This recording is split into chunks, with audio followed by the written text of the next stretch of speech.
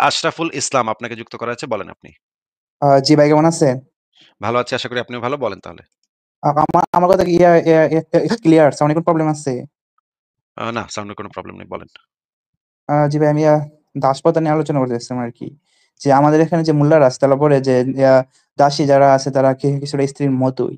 তো এখন আমার যে প্রশ্নটা আছে যে স্ত্রী স্ত্রীর এখানে মতোই কতটুকু স্ত্রীর ম অধিকার দেওয়া আছে এটা নিয়ে একটু কথা বলতাম আরকি। স্ত্রীর মতোই মানে কি ভাই? স্ত্রীর মতো মানে সেক্সের ক্ষেত্রে তো হ্যাঁ, সেক্স করার ক্ষেত্রে হ্যাঁ, স্ত্রীর মতোই। ইসলামে দাসীও যা, স্ত্রীও তা। দাসীর সাথেও করা যায়, স্ত্রীর সাথেও করা যায়। দাসীরও বিছানায় তোলা যায়, স্ত্রীরও বিছানায় তোলা যায়। এই কিন্তু দিক ভাই থেকে একটু এখানে কথাটা আগে শুনে নেন, কথা শুনে নেন। Sorry, sorry. আ ইসলামে যে যদি কেউ বলে ইসলামে দাসী হইলেও স্ত্রীর মতোই এটা যদি বলে, হ্যাঁ, সেক্সের দিক থেকে সে ঠিকই বলতেছে। সেক্স করার ক্ষেত্রে তারা ২ জন ২ জন সেইম। ২ জনের নিয়েই বিছানায় করা যায়, বিছানায় উঠানো যায়। এই সেক্সের ক্ষেত্রে ২ জনের ভিতরে পার্থক্য নাই। কিন্তু পার্থক্য আছে হচ্ছে গিয়ে মূল কনসেপ্টে। কনসেপ্টটা হচ্ছে স্ত্রী হচ্ছে জিনিসটাই হচ্ছে যে উত্তরাধিকারের সাথে সম্পর্কিত হয়। মানে হচ্ছে আপনি যখন কাউকে বিয়ে করেন, সে আপনার লিগালি আপনি যে মারা যাওয়ার সময় যেই বিষয় সম্পত্তি রেখে যাবেন, আপনি মারা যাওয়ার সময় যেই বিষয় সম্পত্তি আপনার থাকবে, সেই বিষয় সম্পত্তির একটা ভাগ আপনার স্ত্রী পাবে। এটা তো আপনি জানেন, তাই না? জি, জি। এইটা হচ্ছে উত্তরাধিকার বলে এটাকে এবং এটা একটা লিগ্যাল রাইট যে আপনার যদি মৃত্যু হয় কোনো কারণে বা আপনার স্ত্রীর যদি মৃত্যু হয় কোনো কারণে তাহলে তার যে স্বামী বা তার যে স্ত্রী আছে তারা উত্তরাধিকারটা পায়, সম্পত্তির অধিকার পায়। এই কারণে এই জিনিসটা হচ্ছে সবচাইতে বিয়ের ক্ষেত্রে সবচাইতে ইম্পোর্টেন্ট জিনিস যে তারা একটা পরিবার এবং তারা একজন আরেকজনের উত্তরাধিকার। মানে হচ্ছে মারা যাওয়ার পরে একজন ব্যক্তি যদি মারা যায় কোনোভাবে তাহলে আরেকজন তার সম্পত্তির একটা অংশ সে পেয়ে যাবে। ২ জন মিলে একটা পরিবার গঠন। এই জিনিসটা এই যে উত্তরাধিকারটাই হচ্ছে বিয়ের ক্ষেত্রে সবচাইতে ইম্পোর্টেন্ট ফ্যাক্টর। যেটা হচ্ছে লিগ্যালি আ সারা পৃথিবীতে যখনই কোনো একটা হাসব্যান্ড ওয়াইফ বিয়ে করে তখনই দেখা হয় যে একজন যদি মারা যায় তাহলে তার ওই মানে অন্য যে পার্টনারটা আছে সে যেন সম্পত্তির অধিকারটা পায়। সম্পত্তির অধিকার এটা হচ্ছে বিয়ের ক্ষেত্রে সবচাইতে ইম্পোর্টেন্ট জিনিস। লিগ্যাল রাইট, হ্যাঁ? এখন ইসলামে স্ত্রী কিন্তু স্বামী মারা আচ্ছা গেলে ভাই, স্ত্রী কিন্তু ভাই একটা প্রশ্ন আছে হচ্ছে কথা কথাটা একটু শুনে মালিক। নেন। কথাটা একটু শেষ করতে দেন আগে। কথাটা শেষ করতে দেন। স্ত্রী যদি স্বামী মারা যায় তাহলে স্ত্রী সবসময় তার স্বামীর সম্পত্তির একটা অধিকার, একটা ভাগ সে পায়। সন্তানরাও পায়। কিন্তু ইসলামে দাসী কখনো উত্তরাধিকার পায় না। দাসী যদি তার মনিব মারা যায়, তার মালিক যদি মারা যায়, তাহলে দাসীর কোনো অধিকার নাই। সে তার সম্পত্তির কোনো একটা অংশ সে পাবে। তাহলে বিয়ের ক্ষেত্রে যেটা সবচাইতে ইম্পোর্টেন্ট ফ্যাক্টর যেটা হচ্ছে উত্তরাধিকার। সেই উত্তরাধিকারটাই তো দাসী পাইতেছে না। তাইলে উত্তরাধিকারী যদি দাসী না পায় তাহলে তো সেই দাসী এই স্ত্রীর মতোই এটা যদি আপনাকে কোনো আলেম বলে থাকে, সে আপনাকে মিথ্যা কথা বলছে। ইসলামের এই বর্বর বিধানটাকে আপনার কাছে ভালো হিসেবে উপস্থাপনের জন্য আপনাকে মিথ্যা কথা বলছে। যে উত্তরাধিকারী তো এখানে নেই। তাইলে স্ত্রীর মতো হইল কোথায়? হইল তো শুধুমাত্র সেক্সের ক্ষেত্রে মানে একরকম হইল। এছাড়া তো আর কোন দিক থেকেই একরকম না। হ্যাঁ, বলেন আপনার কি প্রশ্ন আছে বলেন। আমি বলতেছি উত্তরাধিকার যদি না পায়, যে মালিক যদি মারা যায় বলে দাসী বা দাসীর সন্তানের কি হবে? দাসীর সন্তান হচ্ছে গিয়ে দাস হিসেবে গণ্য হবে। যদি মনিব চায় সে তাহলে সেই শুনছিলাম সন্তানকে না। ভাই কথার মাঝখানে আপনি কথা বলেন ভাই। কথা আগে শুনবেন তারপর কথা বলবেন। যদি দাসীর পেটে বাচ্চা থাকে সেই বাচ্চাটাও সেই মালিকের দাস হিসেবে গণ্য হবে। কিন্তু মালিক যদি চায় তাকে নিজের সন্তান হিসেবে গ্রহণ করতে পারে সেটা মালিকের ইচ্ছা অনিচ্ছার উপরে নির্ভর করে। মালিক চাইলে সেই মানে বাচ্চাকে নিজের দাস হিসেবেও রাখতে পারে, আবার নিজের সন্তান হিসেবেও দিতে পারে। নিজের ছেলে হিসেবে না বা নিজের মানে সন্তান হিসেবে উত্তরাধিকার আ উত্তরাধিকার সে পায় না। সে হচ্ছে গিয়ে তার যে মালিক সেই মালিকটা সেই সন্তানটাকে মানে দাসীর সন্তানটাকে উত্তরাধিকার দিতে হয়। দিলে তখন সে সেই অধিকারটা পায়। আ জি ভাই, আরেকটা প্রশ্ন ছিল যে আমাদের এখানে বলা হইছে যে এই দাস স্ত্রীর মতই। আমি যতটা জানি যে ইসলামের মধ্যে যে স্ত্রী আছে, স্ত্রীরও তেমন একটা মানে অধিকার নাই। যেমন বলা আছে যে স্বামী যদি স্ত্রীর বিছানায় ডাকে, তখন যদি স্ত্রী না করে, তো আল্লাহর লানত আসে বা বা মেরিটাল রেপের কোনো শাস্তি নাই বা এরকম, যে এরকম বিলে একটা এক জায়গায় লেখা আছে, যদি স্ত্রী ডাকে, স্ত্রী যদি স্বামীটাকে সাড়া না দিত, তখন বলে স্ত্রীর উপর স্ত্রীকে মারধর করা যায়। এটা কি ইসলামিক কোথাও আছে? হ্যাঁ, ইসলামে আছে যে যদি স্বামীর ডাকে স্ত্রী সাড়া না দেয়, তাহলে তো সূরাত নিসার ৩৪ নম্বর আয়াতে আছে যদি অবাধ্য হওয়ার শুধুমাত্র এই ক্ষেত্রে না, আ অনেক ক্ষেত্রেই স্ত্রীকে মারধর করার বৈধতা আছে। আ এর ভিতরে একটা হইলো যে মানে সবচাইতে ইম্পোর্টেন্ট যেটা সূরা নিসার 34 নম্বর আয়াতে বলা আছে যে, স্ত্রী যদি অবাধ্য হওয়ার আশঙ্কা করে, কেউ যদি এরকম আশঙ্কা করে যে তার স্ত্রী অবাধ্য হবে, আ আমি আপনাকে আ সূরা নিসার 34 নম্বর আয়াতটা বের করে দেখাচ্ছি। সেখানে পরিষ্কারভাবে বলা আছে যে, আ শুধুমাত্র যে এটা অবাধ্য হইছে তা না। আপনি যদি আশঙ্কা করেন যে অবাধ্য হবে, তাইলে আপনি মারপিট করতে পারেন। মারপিট করে আপনার স্ত্রীকে আ দিনের পথে মানে সুপথে ইসলামের পথে ফেরত আনতে পারেন। এবং মুহাম্মদের সাহাবীরাও এই কাজ করত। মুহাম্মদের সাহাবীরাও স্ত্রীদেরকে মারপিট করত। এবং মুহাম্মদ এই জিনিসটাকে অ্যাপ্রুভ করছে। এবং অনেকগুলো হাদিসে দেখা যায় যে মাইরা সবুজ করে ফেলছে। আচ্ছা আমি এই আয়াতটা বের জি, করতে চেষ্টা করছি। বিছানায় যদি ডাকে যদি স্ত্রী সাড়া না দেয়, তখন মারা যায়। তখন এটা তো সেটা তখন তো কমন ডেফিনিট দিক মনে হয়। তখন তো ডেফিনিটলি মারা যাবে। তখন তো আর কোন মানে এটা তো অনেক এক্সট্রিম কেস ভাই। এর থেকে অনেক লাইট কেসে, অনেক হালকা কেসেই মারা যাবে। আচ্ছা আমি quran.com এ ঢুকতেছি কিন্তু quran.com আমাকে এরকম প্রবলেম করতেছে কেন? আচ্ছা দেখি তো অন্য আয়াত। আচ্ছা quran.com কেন যেন আমার এখানে লোড হচ্ছে আচ্ছা, না। আচ্ছা ভাই বুঝছি যে আমি দেখবো না। মানে আরেকটা প্রশ্ন আছিল আরকি। একটা কথা আছিল যে বিভিন্ন আচ্ছা, আচ্ছা আসছে, দাঁড়ান, দাঁড়ান।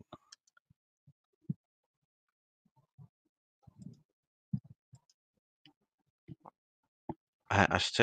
আমি একটু বের করি, হ্যাঁ? আমার এতক্ষণে আসছে। আমি কেন যেন তখন quran.com টা লোড হইতেছিল না আমার ব্রাউজারে। এখন আমরা একটু দেখি সূরা নিসার ভাই, আপনি যে প্রসঙ্গগুলা তুলতেছেন প্রত্যেকটা প্রসঙ্গ নিয়ে আলোচনা করতে একটু সময় লাগবে। আপনি যদি অনেকগুলা প্রসঙ্গ নিয়ে কথা বলতে চান তাহলে এক আলোচনাতে এতগুলা প্রসঙ্গ নিয়ে কথা বলা সম্ভব না। হ্যাঁ? আমরা একটা, একটা করে আলোচনা করতে পারি এবং সেটার পেছনে আমাদের যথেষ্ট সময় লাগবে সেটা ভালোভাবে এক্সপ্লেইন করার জন্য আপনার তো এই ধৈর্যটুকু ধরতে হবে। এটা হচ্ছে সূরা নিসার 34 নম্বর আয়াত। এখানে যে জিনিসটা বলা আছে দেখেন। আ আর তোমরা যাদের অবাধ্যতার আশঙ্কা করো তাদেরকে সদুপদেশ দাও। বিছানায় তাদেরকে ত্যাগ করো এবং তাদেরকে মৃদু প্রহার করো। এটা কিন্তু মৃদু এটা কিন্তু মানে যে অনুবাদক সে ঢুকাইছে এটা কিন্তু আয়াতে কিন্তু এই মৃদু শব্দটা নাই। আয়াতে কিন্তু মৃদু শব্দের কথা বলা নাই। এইটা এই যে অনুবাদক আমাদের ঢুকাই দিছে। নিজেদের মোল্লারা এটা বলে বলা হয়েছে মৃদুভাবে মারতে পারবা শুধু। কিন্তু মৃদু কিন্তু এই আয়াতের ভিতরে নাই। হ্যাঁ?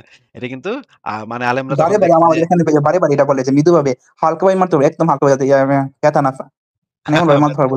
আচ্ছা আমরা দেখব না ব্যথা পায় না, না পায় সেটা আসলেই মানে বিষয়টা কি সেটা আমরা দেখব না। আচ্ছা আবু বকর জাকারিয়া যে অনুবাদ করেছেন যে, "স্ত্রীদের অবাধ্যতার আশঙ্কা করো।" মানে অবাধ্য কিন্তু এখনো করে নাই। অবাধ্যতার আপনি জাস্ট আশঙ্কা করতেছেন যে এ অবাধ্যতা করতে পারে। এইটা আপনি আশঙ্কা করতেছেন। এই আশঙ্কা করলেই আপনি মাইর দিতে পারেন। ঠিক আছে ভাই? বোঝা যাচ্ছে বিষয়টা? জি, তাহলে এখানে কিন্তু অবাধ্যতার কথা বলা নাই। এখানে অবাধ্যতার আশঙ্কা করলেই মারপিট করার বৈধতা দেয়া আছে। এবার আমরা আ কয়েকটা মানে দেখি, হাদিস দেখি সুনান নাসাই শরীফের দেখেন ৩৯৬৫ নম্বর হাদিস দেখেন। এখানে দেখেন একটা ঘটনা ঘটছিল। আয়েশাকে আয়েশা বলতেছেন, "এরপর রাসূলুল্লাহ সাল্লাল্লাহু আলাইহি ওয়াসাল্লাম আমার বক্ষে একটি মুষ্টাঘাত করলেন যে আমাকে ব্যথা দিল।" দেখা যাচ্ছে লাইনটা? জি, জি। আচ্ছা আমরা এটা সরাসরি বই থেকেও দেখি। সরাসরি এই যে দেখেন। আ আ আমি আয়েশাকে বর্ণনা করতে শুনেছি। আয়েশা এটা বর্ণনা করছে এই হাদিসটা। এখানে দেখেন যে জিনিসটা আছে যে আ এই যে দেখেন আমি বললাম, "জি হ্যাঁ, তিনি আমার বুকে একটা থাপ্পড় মারলেন যাতে আমি ব্যথা পেলাম।" দেখা যাচ্ছে? জি। এই যে আয়েশা বলতেছে মানে মোহাম্মদ আমার বুকে একটা থাপ্পড় মারলেন যাতে আমি ব্যথা পেলাম। আচ্ছা তার মানে মোহাম্মদও পিটাইতো আরকি। বিবি পিটাইতো আরকি। এবং ইবনু মাজাহ শরীফের ১৯৮৫ নম্বর হাদিসে যেটা বলা আছে যে দেখেন একদিন রাসূলুল্লাহ সাল্লাল্লাহু আলাইহি ওয়াসাল্লাম বলেছেন, "তোমরা আল্লাহর দাসীদেরকে প্রহার করো না।" একদিন মোহাম্মদ বলল তার সাহাবীদেরকে, "তোমরা আল্লাহর দাসীদেরকে মানে মেয়েদেরকে মাইরো না। হ্যাঁ? মেয়েদেরকে পিটাও না।"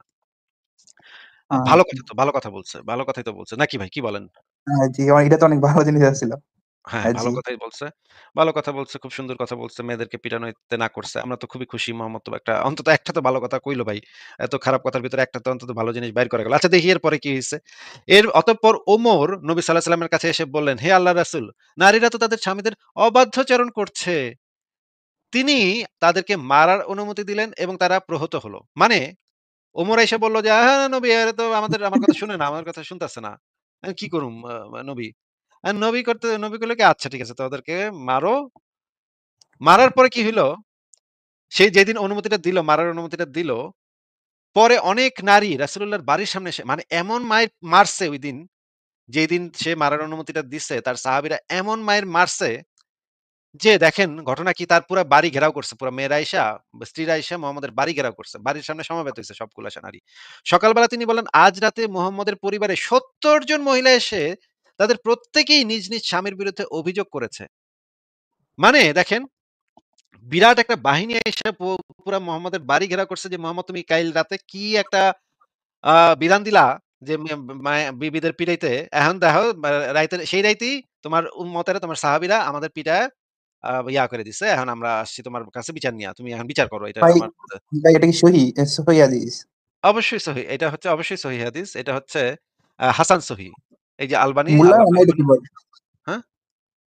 মানে বলতেছি এটা মুল্লারা কি এটা দেয় না? মোল্লারা এত এটা দিবে। অমানবিক একটা জিনিস। মোল্লারা দেখেন ১ম এ কিন্তু নবী ভালো কথা কইছিল। পরে ওমর এসে আবার গুতা মারছে, আবার পাল্টায় লাইছে। মোহাম্মদ আবার বিধান পাল্টায় ফেলাইছে, তাই না?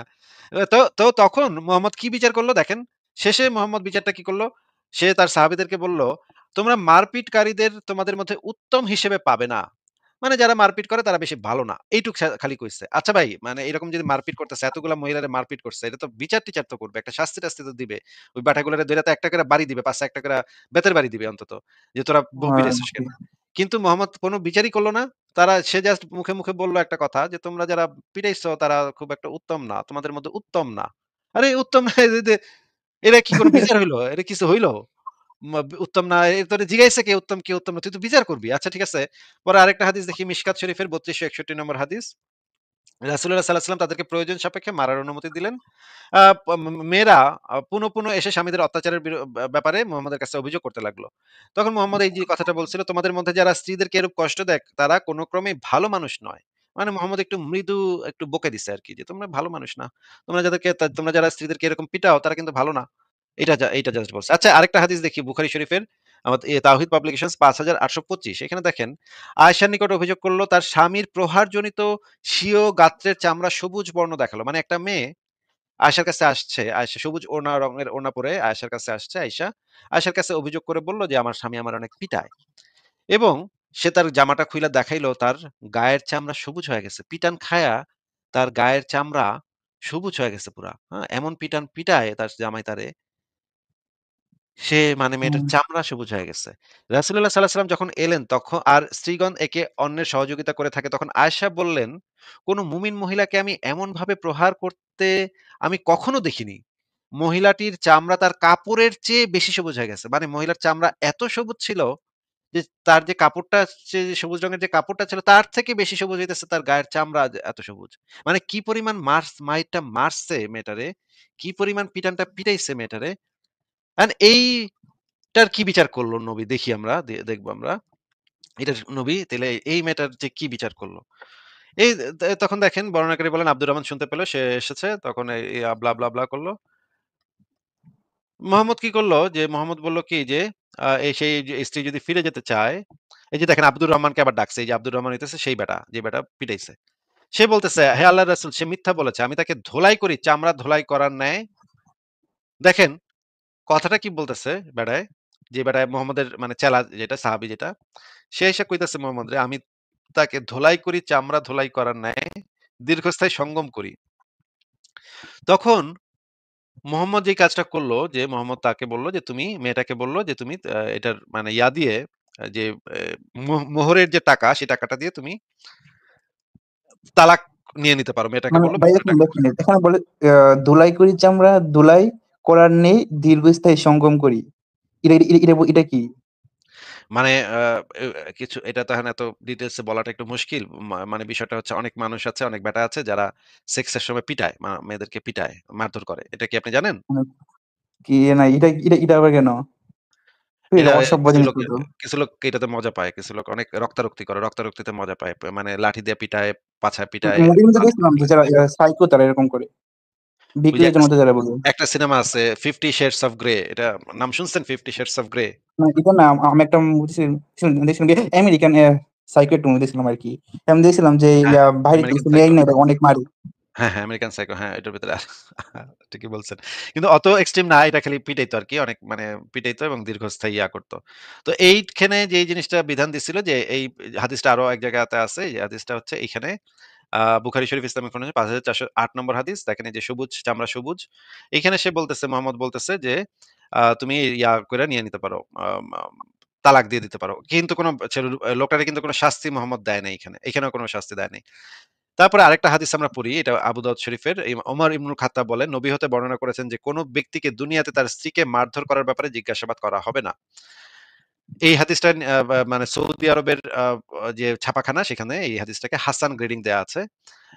২১৪৭ আপনি সুন্নাহ.কম এ ঢুকে দেখতে পারেন। এখানে হাসান গ্রেডিং দেয়া আছে এই হাদিসটাকে। এরপরে আরেকটা মেয়ে আসছে সুনান আবু দাউদ শরীফের ২২২২। একটা মেয়েকে মানে স্বামী মারধর করতো। তাকে মারধর করলে তার শরীরের কোন অঙ্গ ভেঙে যায়। এখন সে নবীর কাছে আসছে বিচার নিয়ে। এখন নবী বলতেছে, "তুমি তোমার প্রদত্ত মাহরের মাল গ্রহণ করো এবং তাকে ত্যাগ করো।" মানে জামাইটারে বলতেছে, "তুমি যেই টাকা মোহর দিছিলা, সেই টাকাটা তুমি নিয়া মেয়েটারে ছেড়ে দাও। মেয়েটারে তালাক দিয়ে দাও।" সে জামাইকে কিন্তু কোন বলতেছে হ্যাঁ, জামাইকে মানে বলতেছে। বুঝলাম না। জামাইকে কি দিবে এখানে? জামাই যে মোহর মোহর দিছিল তো না বিয়ের ইয়া সময়, বউকে না দেয়া হয়। হ্যাঁ, তার জামাই স্বর্ণাঙ্গ বিয়ের বুকের সময় মূল্য হিসাবে। হ্যাঁ, হ্যাঁ, জামাই স্বর্ণাঙ্গ এই যে স্বর্ণাঙ্গ যদি উপভোগ কইরা থাকে তাহলে আমাকে কেন আবার দিব টাকাটা ফেরত দিব কেন? ওই যে এখন যে বেশি পিটাইতেছে এইজন্য তুমি টাকাটা ফেরত নিয়া মেয়েরে আবার ভাই মানে এটা তালাক এটা দিয়ে কি দাও। হলো এখানে? মানে আ মানে মেয়েটার টাকা লস আরকি। মেয়েটার টাকা লস হইলো আরকি। মেয়েটা টাকাও পাইলো না, মাইরও খাইলো, আবার মানে তার যৌনাঙ্গ উপভোগও করতে দিল। মেয়েটার পুরাই লস হইলো আরকি। সব দিক দিয়ে লস। যাই হোক, এই হাদিসগুলা থেকে আমরা যে জিনিসগুলো জানতে পারলাম, এই জিনিসগুলো জানতে পারলাম। এইবার আমরা একটা ভিডিও দেখব। ভিডিওটা আচ্ছা ভিডিওটা কই? একজন যেই যে এই যে যে জিনিসটা আমি আপনাকে বললাম, সেই জিনিসটা একটা ভিডিও ছিল আমার কাছে। আচ্ছা আমি দেখি তো এইখানে আছে নাকি? একটু দেখি দাঁড়ান।